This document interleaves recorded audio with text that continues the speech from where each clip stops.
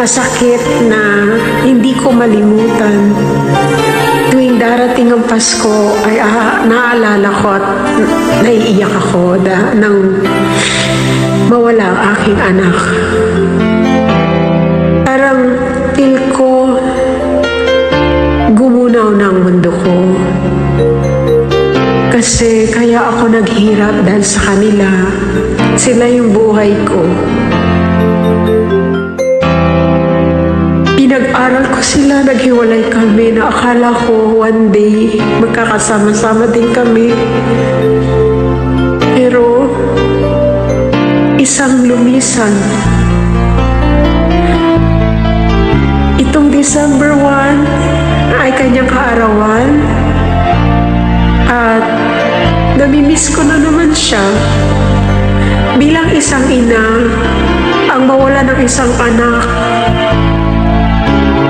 habang buhay mong dadalhin sa dibdib mo ang sakit. Lahat ng anak ko, pantay-pantay ko silang minahal. Pero ang pinakamasakit yung mawalan ka ng isang anak na nauna pa sa'yo. Jomel, ang aking anak, Engineer Jomel Garce. Saan ka man naroon, anak, lagi mong tandaan na mahal ka ni Mama. Lagi kang nasa puso. Nandito lang ako. Nasa puso kita, anak ko. At salamat sa pagbantay mo sa akin. Na alam ko, napifeel ko na lagi mo akong binabantayan. Salamat, anak. Pero I know na hiniram ko lang sa Diyos ang buhay mo. Na dati ka nang nagkumatos ng ilang buwan sa ospital. Pero nakiusap ako sa Diyos na dugtungan pa ang buhay mo. At yun na yung time, kaya masakit man, kailangan kong tanggapin, anak. At itong kantang to ay niaalay ko sa'yo sa tuwing maalala ko Pasko, ang iyong kaarawan. Namimiss kita, anak ko.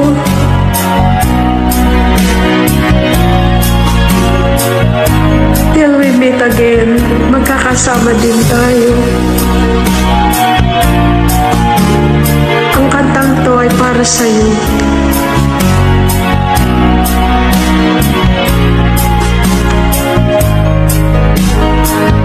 Sa araw ng Pasko, the last time na nakasama kita, ang saya-saya ko.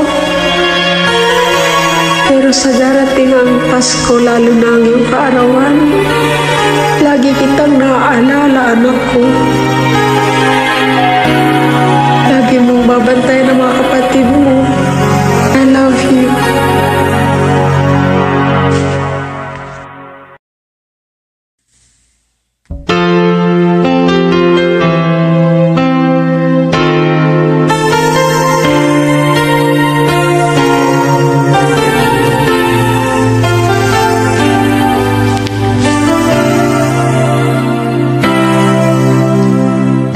Pasko na naman, ngunit wala ka pa. Hanggang kailan kaya ako maghihintay sa'yo?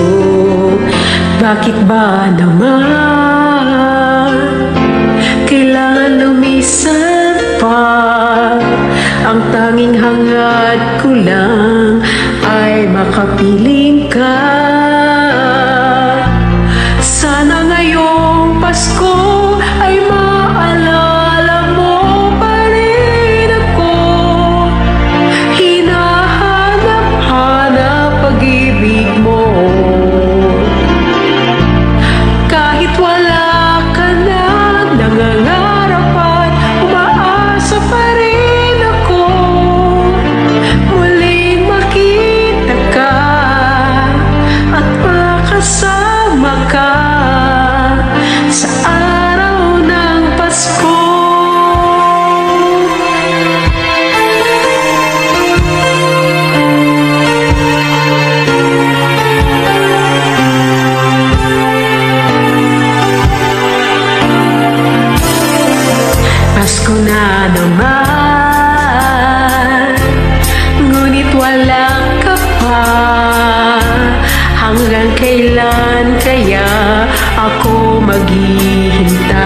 sa'yo.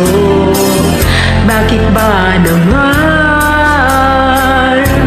kailangan lumisan pa?